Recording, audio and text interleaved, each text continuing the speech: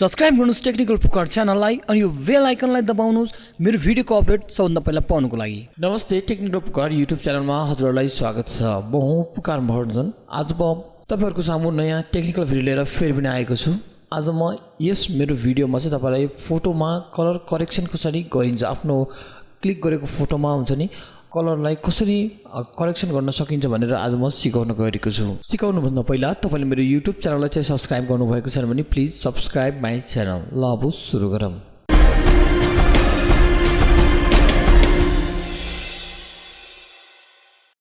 ल साथीहरु, म कलर करेक्सन गर्नको लागि चाहिँ म चाहिँ एडोब लाइटरूम युज गर्न गइरहेको छु। तपाईले फोटोशपबाट पनि कलर करेक्सन गर्न सक्नुहुनेछ। मलाई चाहिँ लाइटरूममा सजिलो लाग्ने भएको कारणले गर्दा कलर करेक्सन गर्ने बेलामा चाहिँ म लाइटरूम युज गर्ने गर्दछु।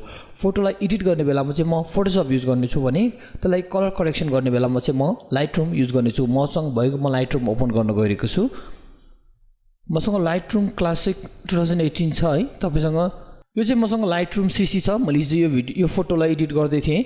आज मैले अर्को फोटो एडिट गर्न गइरहेको छु। त्यसको लागि फोटो इम्पोर्ट गर्नुपर्ने छ। फोटो इम्पोर्ट गर्नको लागि चाहिँ तपाईले यहाँनिर फाइलमा गएर इम्पोर्टमा क्लिक गर्नुस्। त्यसपछि आफूलाई मनपर्ने फोटो कुन चाहिँ छ तपाईले यहाँनिर लगेर राख्न सक्नुहुनेछ। सपोज म भने चाहिँ आज यो फोटोलाई एडिट गर्न गइरहेको छु। यसलाई मैले ड्र्याग गरेर यहाँनिर ल्याएर छोड्दै यहाँनिर सबै फोटो देखाउनु छ। जुन चाहिँ फोटो तपाईलाई इम्पोर्ट गर्नुपर्ने त्यो फोटोमा चाहिँ तपाईँ यसरी टिक लाउनुस्। एउटा भन्दा बढी 2-3 वटा फोटो इम्पोर्ट गर्नु छ भने 2-3 वटामा पनि टिक गर्न सक्नुहुनेछ। मैले भने चाहिँ अहिले एउटामा टिक गरेँ अनि यहाँ इम्पोर्ट भनेर तपाईले देख्न सक्नुहुन्छ। इम्पोर्टमा क्लिक गरिदिनुस्। यसरी इम्पोर्टमा क्लिक गरिसकेपछि यो फोटो चाहिँ यहाँ इम्पोर्ट हुनेछ। अब यसलाई हामीले यसमा चाहिँ कलर करेक्सन गर्नको लागि चाहिँ सबभन्दा माथि तपाईले यहाँ डेभलप भनेर देख्न सक्नुहुनेछ। डेभलपमा क्लिक गरिदिनुस्। डेभलपमा क्लिक गरिसकेपछि यहाँ थुप्रै अप्सनहरू आउनेछ हैन। सबै अप्सनहरूको आफ्नै काम छ। म आज तपाईलाई यसलाई छोटकरीमा छिटो कसरी कलर करेक्सन गर्न सकिन्छ भनेर देखाउन गएको छु।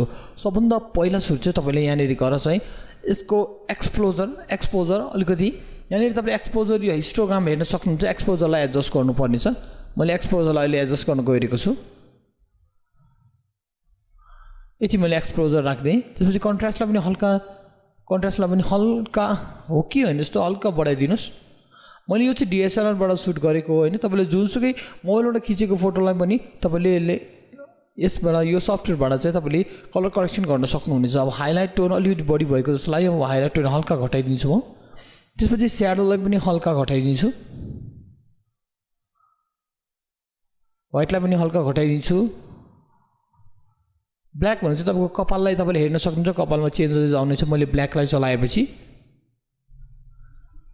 त्यसैले हल्का तल आएपछि क्ल्यारिटी भनेको चाहिँ तपाईको फोटोमा कतिको क्लियर हुन्छ भनेर यसले तपाईलाई यो चेन्ज गरेपछि त्यसमा चेन्ज हुनेछ। मैले क्ल्यारिटीलाई चाहिँ हल्का शार्प गर्दै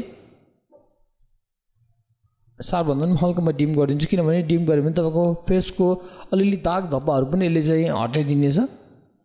त्यसपछि स्याचुरेसन भन्छ कलरको स्ट्रङनेस हुन्छ नि कतिको राख्ने भनेर तपाईको यहाँ अप्सन आउनेछ। कलर चाहिँ मैले हल्का बढाइदिएँ, धेरै होइन हल्का मात्र बढाइदिनेछु म। अब यति भइसकेपछि यहाँनिर चाहिँ अब तपाईँको टोन हुन्छ। टोनमा गएर तपाईँले चलाउन पनि सक्नुहुन्छ अथवा तपाईँलाई गाह्रो लाग्छ भने तपाईँले एक्सपोजर र तपाईँले कन्ट्रास्टमा पनि काम गर्न सक्नुहुनेछ। मैले भन्छ अहिले गरिदिनु। त्यसपछि SL र कलर भनेर हुन्छ। तपाईँले अब यहाँनिर गएर केही काम गर्न सक्नुहुनेछ। जस्तै कि मैले अहिले यो कलर चुज गरेँ। यो कलर भनेको चाहिँ यो कोटको कलर हो। कोटको कलरलाई मैले चेन्ज गर्न सक्छु यहाँबाट हैन। तपाईँलाई मन लागेको कलरहरू राख्न सक्नुहुन्छ। तपाईँले मैले चेन्ज गरेर देखाउन गइरहेको छु। ओके, यतिको राख्दिएँ मैले। त्यसपछि हरियो आइरहेछ नि। तपाईँ हरियो भनेको चाहिँ यो रुखहरूको कलर हो। रुखहरूको कलरलाई पनि तपाईँले चेन्ज गर्न सक्नुहुन्छ। मैले हरियोलाई हल्का डार्क गरिदिएँ हैन। अब त्यसै गरी यहाँ तपाईँले निलो पनि देख्न सक्नुहुन्छ। निलोलाई पनि तपाईँले चेन्ज गर्न सक्नुहुन्छ। निलोलाई पनि तपाईँले इच्छाअनुसार चेन्ज गर्न सक्नुहुन्छ। मैले भने यसलाई अहिले यस्तो कलर राख्दिएँ। यो आकाशको कलर पनि चेन्ज भइरहेको छ, तपाईँले हेर्न सक्नुहुन्छ। त्यसपछि तपाईँले यहाँनिर अलिकति फाल्तु यस्तो ब्याकग्राउन्डहरू छ यसलाई पनि अलिअलि कलर ग्रेडिङ गर्न सक्नुहुन्छ हैन। ओके, यति गरिसकेपछि तपाईँको यहाँ split tone detail colour correction आइरहेछ। अब यिनीहरू तिनवटालाई चाहिँ मैले तपाईँलाई काम गर्दिनँ। यसलाई भोलि पर्सि डिटेलमा भिडियो बनाउने बेला तपाईँले यो तिनवटाको युजहरू देखाउने छु। अब एकचोटि गएर म ट्रान्सफर्ममा जानेछु। ट्रान्सफर्ममा गरेपछि यो भर्टिकल होरिजेन्टल यस्तो के आइरहेको छ नि। अब तपाईँले यहाँनिर आफ्नो फोटोलाई यताउति बङ्गाउने यताउति गर्न चाहनुहुन्छ भने गर्न सक्नुहुन्छ। नभए नगर्दा पनि केही फरक पर्दैन। त्यसपछि तपाईँको यहाँनिर साइज अनि फिदर्स अनि ओपासिटी आइरहेछ। साइजमा चाहिँ तपाईँले यहाँनिर हेर्न सक्नुहुन्छ। अहिले साइज अनुसार तपाईँले यहाँनिर आफ्नो काम गर्न सक्नुहुनेछ। ब्रसको काम हो यो होइन। त्यो अहिले यसलाई यो फिटोमा चाहिँ अहिले मलाई आवश्यक लागेन, त्यही भएर मैले यसमा गर्दिनँ। अब त्यसपछि अब म केमा गर्न गइरहेको छु भने अर्को एउटा लास्ट एउटा गर्नुपर्ने छ। मैले चाहिँ यो फोटोलाई क्लियर गर्नको लागि यहाँनिर तपाईँले इफेक्टमा देख्नुहुन्छ एमाउन्ट, मिड पोइन्ट, राउन्डनेसहरू आइरहेछ नि। एमाउन्टलाई चाहिँ मैले हल्का बढाइदिनेछु। यो भनेको चाहिँ तपाईँको चाहिँ यहाँनिर छेउछेउमा चाहिँ सेतो आइरहेको छ नि, व्हाइट व्हाइट व्हाइट। अब व्हाइटलाई चाहिँ व्हाइट चाहिँ राम्रो देखिँदैन, त्यसलाई चाहिँ म अब ब्ल्याकमा चेन्ज गरिदिन्छु। यसरी ब्ल्याकमा चाहिँ यस्तो बोर्डर साथको राउन्डनेस चाहिँ अलिकति कालो हुनेछ अनि फोटोलाई चाहिँ बढी हाइलाइट पुग्नेछ। त्यसरी मिड टोन पनि हल्का तपाईँले यहाँ चेन्ज गर्न सक्नुहुन्छ होइन। म चाहिँ हल्का बढाइदिन्छु, यसलाई चाहिँ धेरै कालो भयो भने राम्रो देख्दैन। राउन्डनेस अब कतिको राउन्डनेस राख्ने हो भनेर तपाईँको यहाँनिर छान्न मिल्छ। यसरी मैले भने चाहिँ अहिले यतिको राख्नु गइरहेको छु। हाइलाइट त्यही हो, हल्का राख्दै भने हुन्छ, नराख्दै भने नि भइहाल्छ। ल यति गरिसकेपछि तपाईँलाई अननेसेसरी फुटेज छ भने तपाईँले यहाँ काटेर फाल्न सक्नुहुन्छ। सबभन्दा पहिला सुरु यहाँ कर्भ भन्ने हुन्छ होइन। तपाईँलाई लाग्छ कि यहाँनिर बढी नै तल आएको छ जस्तो लाग्यो भने तपाईँले यसरी काट्न सक्नुहुन्छ है। ल मैले चाहिँ अहिले यति राख्दिएँ। यति गरिसकेपछि तपाईँले यहाँनिर तल डनमा देख्न सक्नुहुन्छ। डनमा क्लिक गर्नु भयो भने यो फोटो काटिनेछ। यति गरिसकेपछि मैले नर्मल्ली चाहिँ यति गर्छु फोटोमा होइन। अब थोरै टाइम थोरै छ भने यति कति कलर करेक्सन गरेर छोडिदिन्छु।